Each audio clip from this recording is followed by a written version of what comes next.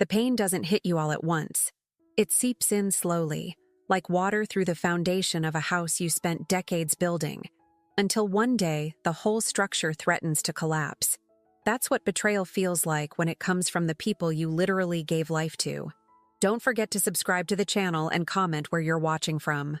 My name is Catherine Winters. I'm 57 years old, and until 6 months ago I thought I knew who I was. Mother of 2, former elementary school teacher, divorcee of 12 years. I had settled into a quiet life in Rochester, New York, with my aging golden retriever Max and a part-time job at the public library.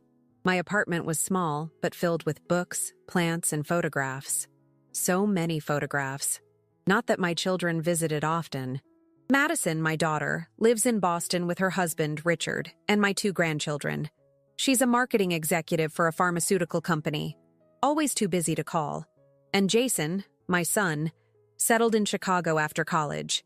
He works in finance, something with numbers and clients I never fully understood because he never really explained it to me. They'd come for obligatory holidays sometimes, always rushing, always checking their phones, always leaving earlier than planned. After the divorce, Douglas remarried quickly. Vanessa was 15 years younger, sleek and childless by choice. The irony wasn't lost on me. The woman who wanted no children suddenly had 2 adult ones, and somehow, over the years, she became mom to them in ways I apparently never was. I didn't see it happening. Not really. There were small signs. Madison consulting Vanessa about career moves instead of me. Jason calling her first with good news. Birthday presents from mom and dad that I knew Vanessa had chosen.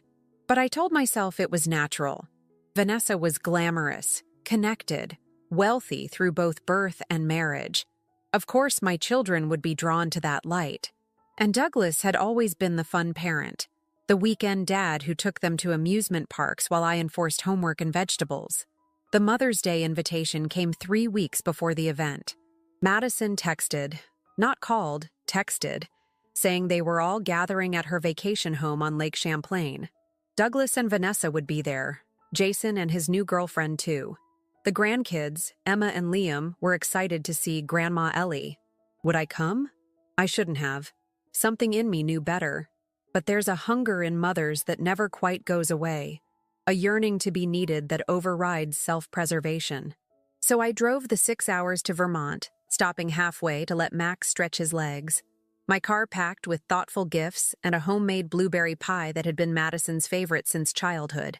The lake house was exactly what you'd expect. Sprawling, modern, with floor-to-ceiling windows showcasing the water. Madison had done well for herself, I had to admit. When I arrived, the driveway was already full. Douglas's Tesla, Jason's rental, and Madison's husband's Range Rover. I parked on the street and gathered my things, heart fluttering with an anticipation I couldn't quite quell despite years of disappointment. Emma spotted me first, her 7-year-old legs pumping as she ran down the driveway. "Grandma Ellie! You brought Max." She buried her face in his golden fur, and for a moment, I felt a surge of belonging. This was why I came. Inside, the house hummed with activity. Madison was arranging a charcuterie board in the kitchen, her hair swept into a sleek ponytail, diamond studs glinting at her ears. She glanced up briefly when I entered. "Mom, you're here. There's wine in the fridge if you want some. We're eating in an hour. No hug. No Happy Mother's Day. Just instructions, as if I were another guest to be managed." Jason sat on the deck with his girlfriend. Alicia? Alyssa? I couldn't remember, both scrolling through their phones. He waved absently when he saw me through the glass. Douglas was nowhere to be seen, but Vanessa stood by the fireplace, elegant in cream-colored linen, chatting with Richard. At 52, she still turned heads, her body unrestricted by childbirth, her time uninterrupted by the 1,000 small sacrifices of motherhood. "Catherine," she nodded coolly when she saw me. "Happy Mother's Day." The irony in her tone was subtle but unmistakable. I set my pie on the kitchen counter beside Madison's elaborate dessert display. Macarons and chocolate-dipped strawberries from some boutique bakery, I presumed. "I made your favorite," I said to Madison, who barely glanced at the pie. "Oh, thanks, Mom. We've got plenty of dessert already, but we can put it out too."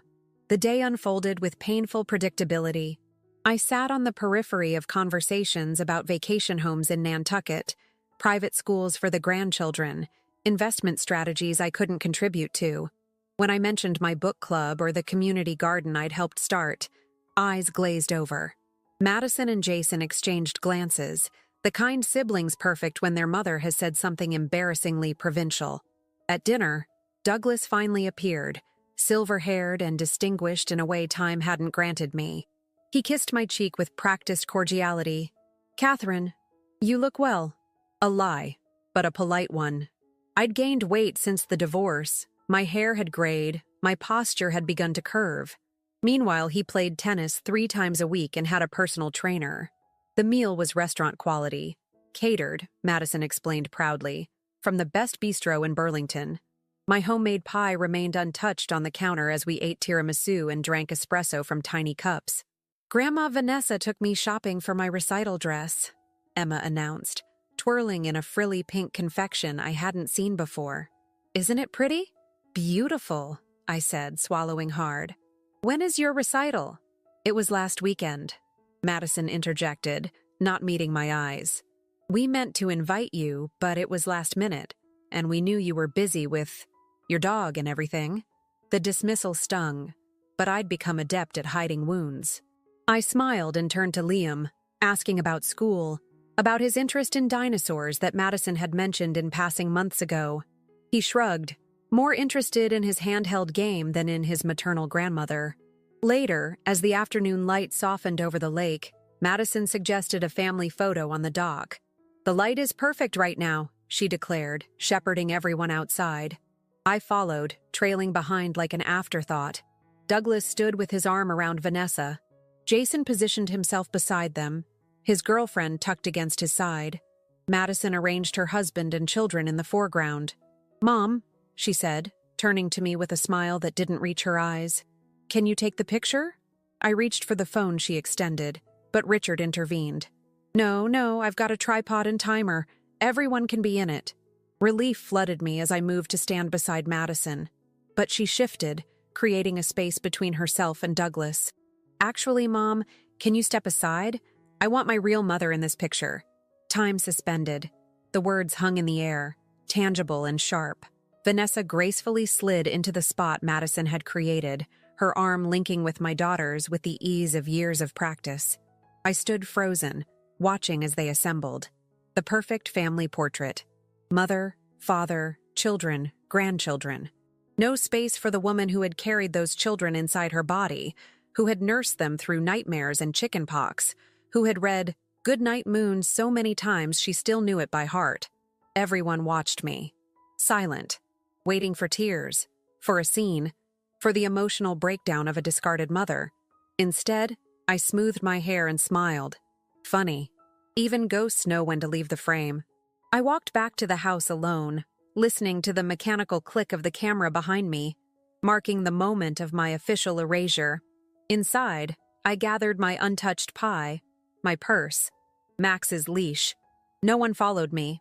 No one called after me as I loaded my car and drove away, the lake house growing smaller in my rearview mirror. That night, in a motel halfway back to Rochester, I lay awake staring at the water-stained ceiling. Max snored softly at the foot of the bed, the only creature who had never forgotten what my love was worth. Something crystallized in me then. A cold, clear certainty. I had spent my life being the understanding one, the forgiving one, the one who stepped aside. I had taught my children that my love was unconditional, which they had interpreted as without value, without consequence. It was time they learned differently. The next morning, I drove the rest of the way home in silence. No radio, no phone calls, just the steady rhythm of my heartbeat and the growing plan in my mind. When I reached my apartment, I went straight to the closet where I kept the boxes, decades of memories and evidence of a life spent in service to ungrateful children. I selected specific items carefully. Madison's childhood journals, where she'd poured out her teenage angst. Jason's college application essays, where he'd waxed poetic about the sacrifices his mother had made for his education. The legal documents from the divorce that they'd never bothered to read, with clauses that would surprise them. photographs and videos that contradicted the narrative they'd constructed about their childhood. The truth was a weapon I had never wielded before. I had always protected them, even from the consequences of their own actions. No more. I packaged everything meticulously, adding a simple note. Remember who was there. Then I addressed it to Madison's lake house and sent it priority mail. It was just the beginning. 3 days passed before my phone exploded with notifications. First came Madison's text. Just 5 words. "What the hell, Mom? Seriously?" Then Jason called 4 times in succession. I let each call go to voicemail. Douglas emailed with the subject line, "We need to talk." I deleted it unread. Let them stew. Let them wonder. Let them feel a fraction of the uncertainty I'd lived with for years, never knowing when I'd be included or excluded, valued or dismissed. On the 4th day, I finally listened to their messages while repotting my African violets. Madison's voice was high and tight, that false calm she used when she was furious. "Mom, I don't know what you're trying to prove with this stunt. Those journals were private. And those divorce papers, why would you send those? Call me back immediately." Jason was more direct in his anger. "What the actual fuck, Mom? You can't just dump all this ancient history on us because you're feeling neglected. Madison's a mess, and now Richard is asking questions about stuff that's none of his business. Fix this. Fix this." As if I were still the household manager, the emotional janitor tasked with cleaning up messes I hadn't made. Douglas's message was last, his tone measured, reasonable, the voice he'd used in mediation during our divorce. "Catherine, this isn't healthy behavior. I know Mother's Day was difficult for you, but dragging up the past won't help anyone. Vanessa is very upset. Let's talk this out like adults." Like adults. As if I were the child throwing a tantrum while they, the mature ones, looked on with pity and annoyance. I deleted all the messages and took Max for a long walk in Highland Park, where the late spring flowers were reaching full bloom. I felt strangely light, unburdened. For decades, I'd carried the weight of their approval, their love, their inclusion. Now, I'd set it down, and my steps were easier for it. When I returned home, there was a car parked outside my apartment building that I recognized immediately, Jason's rental. He sat on my stoop, scrolling through his phone, a scowl darkening his handsome face. He'd inherited his father's height and coloring, but his perpetual frown was all his own. "Mom," he said, standing as I approached. "We need to talk about this." "Hello, Jason," I said calmly, unlocking the building door. "Come in if you like." He followed me up the stairs, his expensive shoes echoing on the worn steps. My apartment must have looked shabby to him. The secondhand furniture, the bookshelves made of cinder blocks and planks, the kitchenette with its outdated appliances. After the divorce, I'd received the house but couldn't afford its upkeep on my teacher's pension. Douglas had bought it from me at a fair price that his lawyer had somehow negotiated down to barely enough for a modest down payment on this apartment. Another fact detailed in those divorce papers I'd sent to Madison. "What is this about?" Jason demanded, pulling a stack of papers from his messenger bag, photocopies of the divorce settlement's financial terms. "Madison's freaking out about this. She says Dad basically screwed you over, but that can't be right. You agreed to everything." I filled Max's water bowl before answering. "I did agree. Your father's lawyer was very persuasive, and I wanted the divorce over with. But these numbers..." Jason flipped through the pages, his brow furrowed. As a financial analyst, he could see what I'd been too emotionally exhausted to fight about then. How severely I'd been disadvantaged in the settlement. How skillfully Douglas had hidden assets. How my desire to protect my children from a prolonged legal battle had cost me my financial security. "Why didn't you tell us?" He looked genuinely confused. "Would you have believed me?" I asked simply. "You were 22, fresh out of college with the job your father's connections had secured for you. Madison was in her last year at Brown. You both thought he hung the moon. That's not fair, isn't it? When was the last time you asked me about my life, Jason? My finances? My health? Whether I can afford to retire? Whether I'm lonely?" He had the grace to look uncomfortable. "You never said anything." I shouldn't have had to. I sat down on my small sofa, suddenly tired. "That's the point. So this is what, revenge? Because we don't call enough? Because Madison said something thoughtless on Mother's Day? This is truth, Jason. Nothing more. He ran a hand through his hair, a gesture so like his father's that my heart twisted despite myself. What do you want from us, Mom? An apology? More visits? Money? The last word hung in the air between us, revealing exactly what he thought this was about. He thought I could be bought off, appeased with a check to compensate for years of emotional neglect. The insult was so profound I almost laughed. I want nothing from you, I said, and meant it. Nothing at all. Something in my tone finally reached him. He looked at me, really looked, perhaps for the first time in years. Mom, what's going on with you? I'm done, I said simply. Done pretending that the scraps of attention you and Madison throw my way are enough. Done accepting Vanessa in the role I earned through labor and love. Done being grateful for the privilege of being tolerated at family gatherings. That's not how it is, he protested but weakly. Isn't it? Tell me, when Madison told me to step aside for my real mother, did you say anything? Did you defend me? Or did you smile for the camera while I walked away? His silence was answer enough. Go home, Jason. Go back to your life. I'm reclaiming mine. What does that mean? Alarm crept into his voice. What are you planning to do? I smiled thinly. Live by my own truth, starting with this. I handed him an envelope I'd prepared days ago. He opened it and scanned the contents, his face draining of color.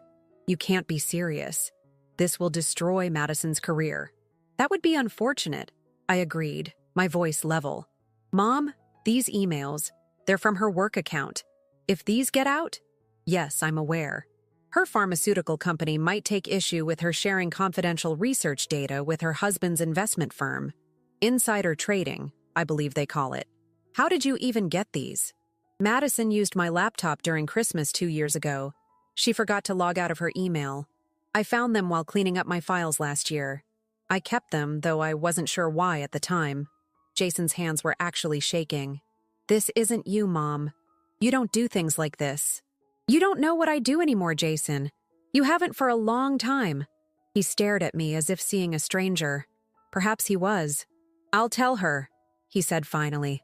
I'll warn her. Of course you will. I took back the envelope.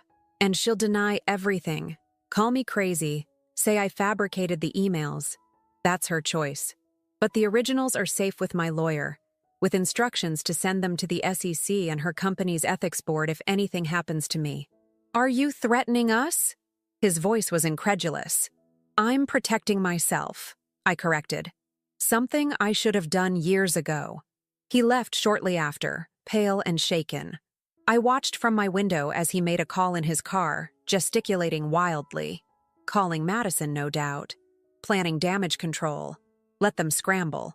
Let them panic. The emails were just the first revelation. I had others. For each of them, carefully selected consequences for years of casual cruelty. That night, I slept more soundly than I had in years, wrapped in the cold comfort of knowing I had finally claimed my power. Not as a mother. I was done with that thankless role.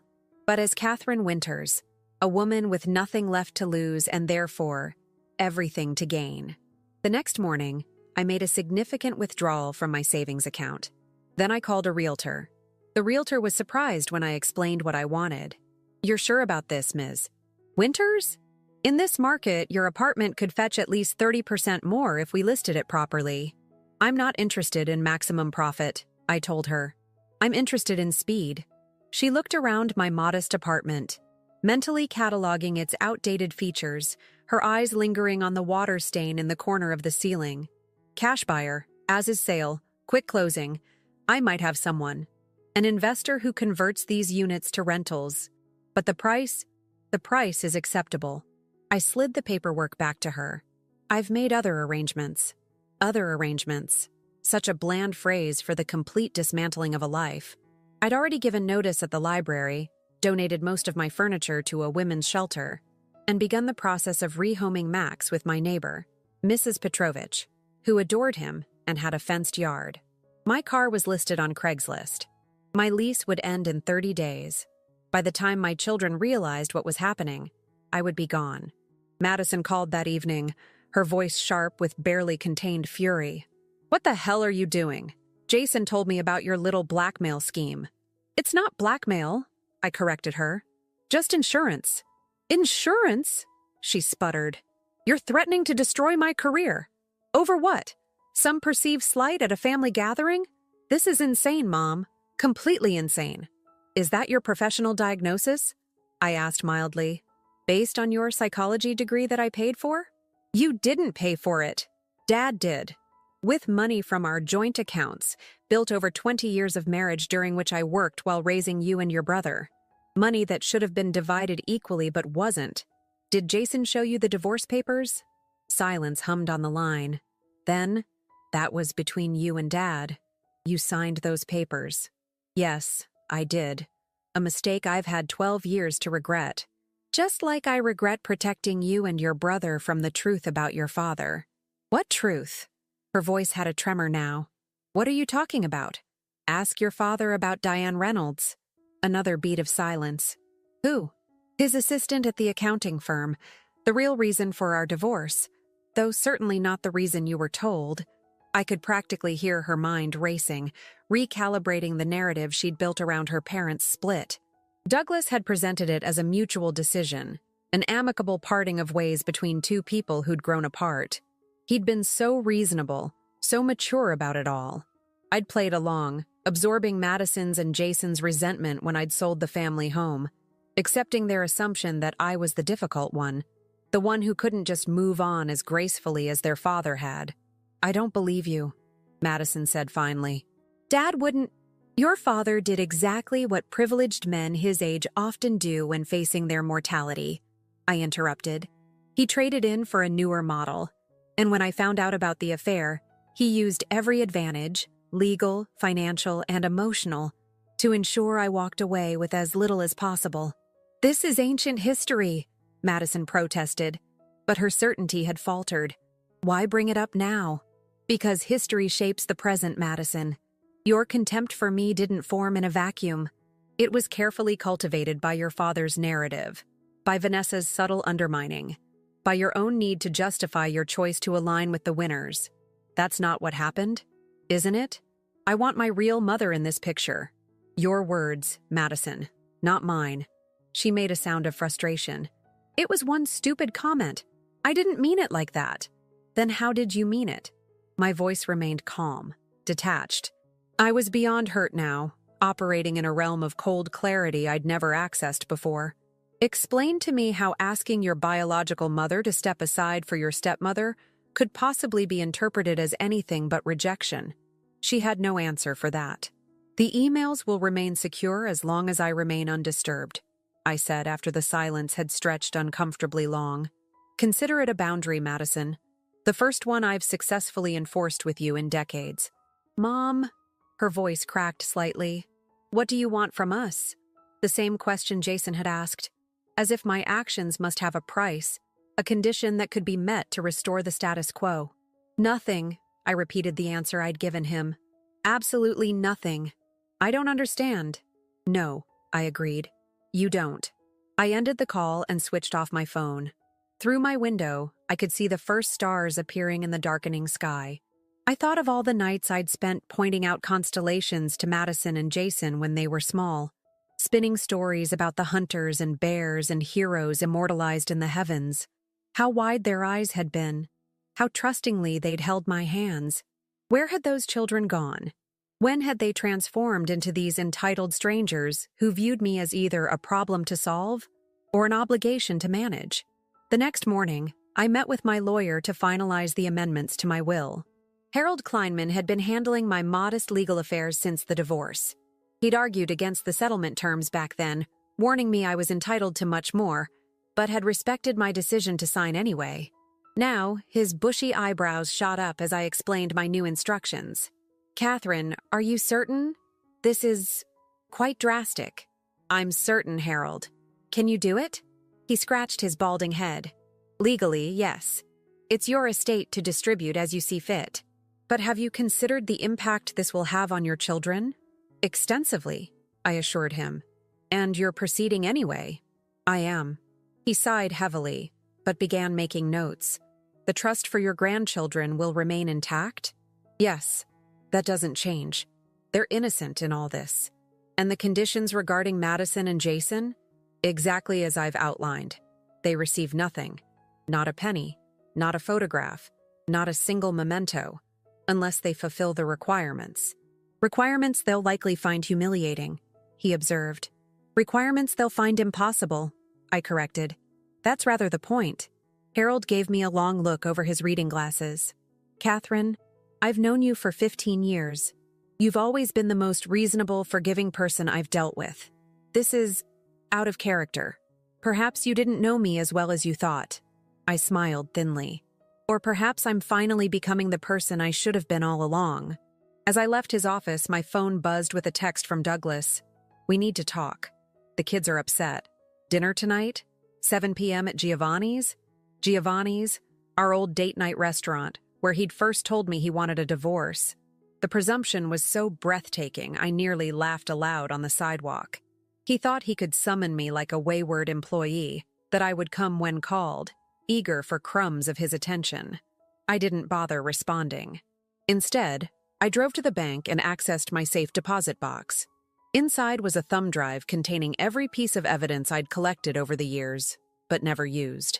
Emails proving Douglas had hidden assets during our divorce, documentation of his affair with Diane that predated our separation by years, records of taxes I'd paid on income I never received. I'd kept it all, telling myself it was just insurance, that I would never actually use it to hurt the father of my children. Such a good, noble mother I'd been. Such a fool. I made copies of everything, then drove to the offices of the State Bar Association's Ethics Committee. Douglas wasn't just an accountant. He was a CPA with fiduciary responsibilities to his clients. The evidence I had wouldn't just embarrass him, it could end his career. As I handed over the envelope, I felt nothing. No regret, no hesitation, no second thoughts. Just the clean, cold sensation of justice long delayed, finally in motion. That night, as I packed the few possessions I planned to keep, my doorbell rang. Douglas stood in the hallway, his face flushed with anger. "What have you done?" he demanded. I smiled. "Come in, Douglas. We have so much to catch up on." Douglas stepped into my apartment, his presence immediately making the space feel smaller. He'd always had that effect, filling rooms with his ego, consuming oxygen with his entitlement.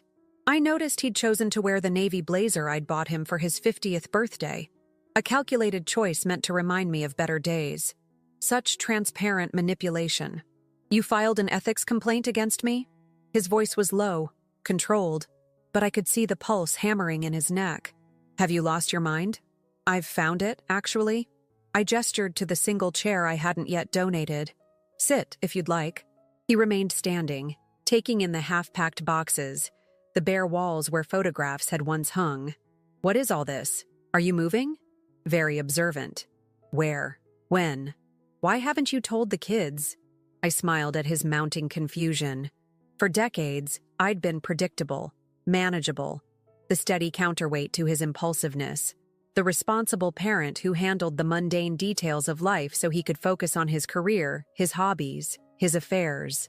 "I don't report to you anymore, Douglas. I haven't for 12 years, though you seem to have forgotten that." His face darkened. "This isn't about us. This is about you trying to destroy my reputation, my livelihood. The ethics committee called me in for questioning. They have emails, bank statements. How did you even get those?" "I was your wife for 25 years, I reminded him. "I know all your passwords, your hiding places, your patterns. I helped you build your practice. I entertained your clients at our home while pregnant and exhausted. I proofread your proposals, listened to your rehearsals for presentations. Did you think I wasn't paying attention?" He ran a hand through his silver hair, a gesture of frustration I remembered well. "Catherine, whatever grievances you have with me, this isn't the way to handle them. You're hurting the kids, not just me." "Am I?" I folded my arms. "How exactly does exposing your financial misconduct hurt Madison and Jason?" "They love me," he said, as if that answered everything. "They don't want to see me ruined. And they don't love me?" The question was rhetorical. We both knew the answer. He had the decency to look uncomfortable. "It's different. I'm their father. And was their mother, the one who raised them while you built your career, the one who stayed home when they were sick, the one who helped with homework and drove to soccer practice and remembered every birthday, every milestone. Ancient history, he dismissed with a wave of his hand. The casualness of his dismissal sparked something in me. Not anger, which would have been hot and quick, but a deeper, colder emotion that crystallized my resolve. History shapes the present, I said, echoing what I'd told Madison. Your affair with Diane shaped our divorce. Your manipulation of our finances shaped my current circumstances. Your narrative about me shaped our children's perception, and now my actions will shape your future. He stared at me as if seeing me for the first time. What do you want, Catherine? Money? Is that it? I can write you a check right now if it will end this vindictive campaign. I laughed, the sound brittle in the half-empty apartment. You think this is about money? What else? You've lived in this dump for years. Your car is a decade old. You work part-time shelving books, for God's sake. Tell me what you want, and let's end this. I stepped closer to him, close enough to smell the expensive cologne Vanessa had replaced my gift with years ago. I want you to understand what it feels like to lose everything you value. I want you to experience what I felt when you discarded me after 25 years. I want you to know what it's like when the people you love most in the world decide you're disposable. The color drained from his face. You're talking about the kids. What have you done? Nothing yet, I assured him. But they'll learn the truth about you. All of it. The affairs, the financial deceptions, the lies you told during the divorce. And they'll have to choose. Stand by you and become complicit, or admit that their perfect father, their role model, is a fraud. They won't believe you, he said, but his voice lacked conviction. They already do. Jason's seen the divorce papers. Madison knows about Diane. They're questioning everything now, Douglas. The narrative is unraveling. He swallowed hard. I'll deny it all. Of course you will. And the ethics committee? The IRS? Will they take your word against documented evidence? His hands curled into fists at his sides. For a moment, I wondered if he might strike me. He never had before, but I barely recognized the man before me, stripped of his charm and confidence. You're making a mistake, he said finally. A terrible mistake. I'll fight this, Catherine. I'll fight you. I expect nothing less, I replied calmly. But for once, you won't win. After he left, slamming the door hard enough to rattle the hinges, I sat on my bare mattress and waited for the emotional backlash. Guilt, regret, second thoughts. None came. Instead, I felt oddly peaceful, as if I'd finally set down a burden I'd carried for too long. My phone buzzed with a text from Jason. Dad just called. WTF, Mom? I didn't respond. Let Douglas spin his version of events. Let Jason and Madison scramble to make sense of their rapidly changing reality. I was done explaining, done justifying, done apologizing for claiming what was rightfully mine. My dignity, my agency, my story. The next morning, I woke to pounding on my door. Madison stood in the hallway, her normally perfect appearance disheveled, her eyes red-rimmed from crying or lack of sleep. How could you? She demanded, pushing past me into the apartment. Dad could lose his license, his practice, everything he's worked for. Everything we worked for, I corrected her. Your father and I built that practice together. The difference is, he walked away with it, and I walked away with nothing. She gestured wildly at the boxes stacked by the door. What is all this? Are you running away? I'm moving on, I said simply. Where? Why now? Her voice cracked slightly. Is this because of what I said at Mother's Day?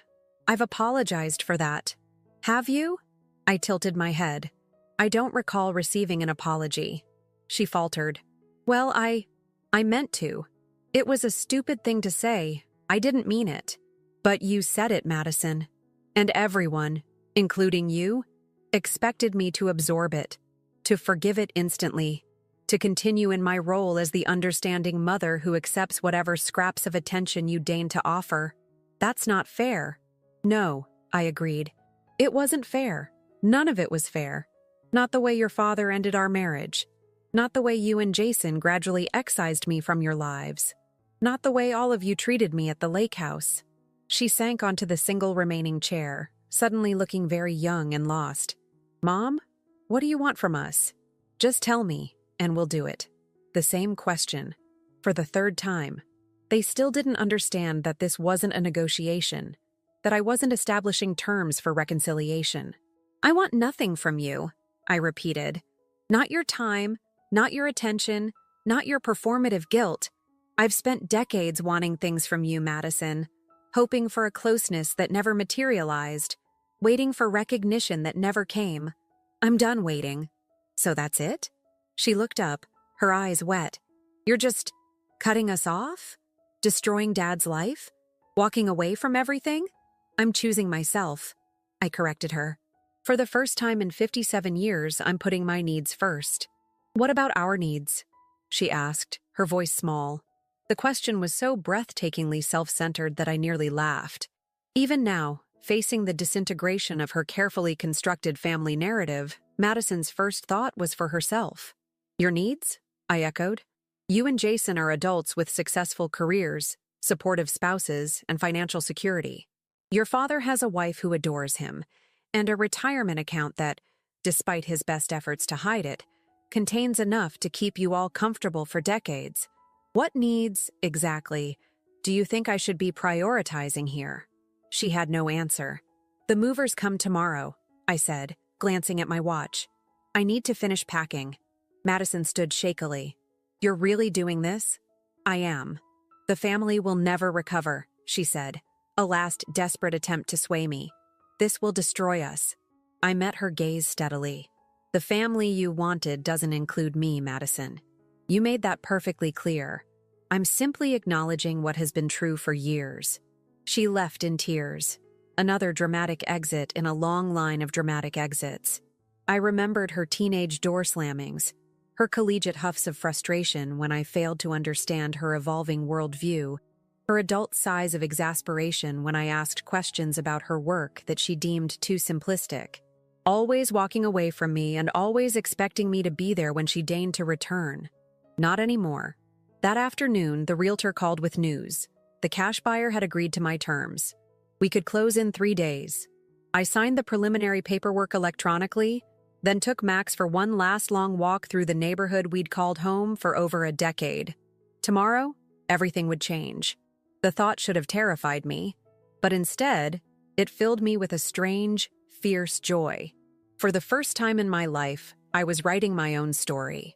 3 months later, I sat on the balcony of my beachfront rental in Clearwater, Florida, watching the sunset paint the Gulf of Mexico in shades of orange and gold. Max had adjusted well to Mrs. Petrovich's care. She sent me weekly updates with photos of him frolicking in her yard, looking happier than he'd been in my cramped apartment. I sipped my iced tea, feeling the pleasant weight of the humidity on my skin. My hair had lightened from the sun, and my shoulders had developed a golden tan I hadn't worn since my 20s. The constant tension I'd carried in my neck for decades had finally begun to release. Freedom, I'd discovered, suited me. My phone chimed with an email notification. Harold Kleinman, still managing what remained of my legal affairs. I opened it to find a forwarded message from Jason, sent to Harold's office with the subject line, Urgent, need to reach my mother. Mr. Kleinman, I've tried every phone number and email I have for my mother. Nothing works. Dad's license has been suspended pending the ethics investigation. Madison is on administrative leave while her company investigates the emails. Everything is falling apart. Please, if you're in contact with our mother, tell her we need to talk. Tell her we're sorry. Tell her whatever she wants. She can have it. Just make this stop. Jason Winters. I deleted the message without responding. Let Harold handle it with his standard reply. Ms. Winters has instructed me not to forward communications. Any legal matters can be addressed through this office. Another chime. A text from a number I didn't recognize. Mom, it's Madison. Had to get a new phone. Please call me. We need to talk. Dad's not doing well. Vanessa left him. I blocked the number and set my phone face down on the table. Vanessa had left Douglas. That was unexpected, but not surprising. She'd signed up for wealth, status, and security. Now that the ethics complaint threatened all three, she'd shown her true colors. Douglas was experiencing what I had 12 years ago, the sudden, disorienting collapse of a life he'd thought was stable. Poetic justice had its own elegant timing. My new life had taken shape quickly after the apartment sale closed. I'd chosen Florida for its distance from New York, its year-round warmth, and its lack of state income tax. My modest teacher's pension stretched further here, and the proceeds from my apartment sale had secured this rental for 6 months while I decided where to settle permanently. I'd left no forwarding address, changed my phone number, and created a new email account. Harold was my only link to my old life, and even he knew only that I was somewhere in Florida, not which city, which neighborhood, which building with its perfect view of the endless horizon. The package arrived the next morning by special courier. I signed for it, puzzled, then recognized Douglas's handwriting on the envelope. Inside was a thick stack of papers and a handwritten note. Catherine, I don't know if you'll receive this. Harold wouldn't give me your address, but he agreed to forward this package if I didn't include a return address or any identifying information that might reveal your location to me. Enclosed, you'll find signed paperwork transferring ownership of the lake house to you. Also included is documentation of a trust I've established in your name with funds that rightfully should have been yours after the divorce. I know it's too little, too late. I know you probably won't forgive me, but you were right about everything, and I need you to know that I finally understand what I did to you. I'm selling the house in Rochester. Vanessa is divorcing me. The practice will likely never recover from the ethics investigation. Everything I built is crumbling, and I finally see that I built it all on lies and betrayal.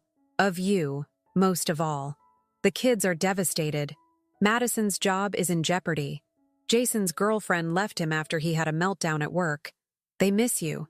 They need you. We all failed you and we're paying the price. If you ever want to contact any of us again, we'll be here. If not, at least you'll have what should have been yours all along. Douglas. I read the note twice, then set it aside and examined the legal documents. They appeared legitimate. The lake house deed had been transferred to my name, and the trust contained a substantial sum drawn from Douglas's personal accounts. Once, this gesture would have moved me. Once, I might have called him, accepted his apology, rushed to comfort my wounded children, offered him absolution for his sins against me. Now, I felt only a detached sense of completion. The circle had closed. Justice, cold and uncompromising, had been served. I called Harold. The paperwork appears to be in order, he confirmed after I described the contents of the package. What do you want to do? Accept the transfer, I instructed him. But I have no intention of using the lake house.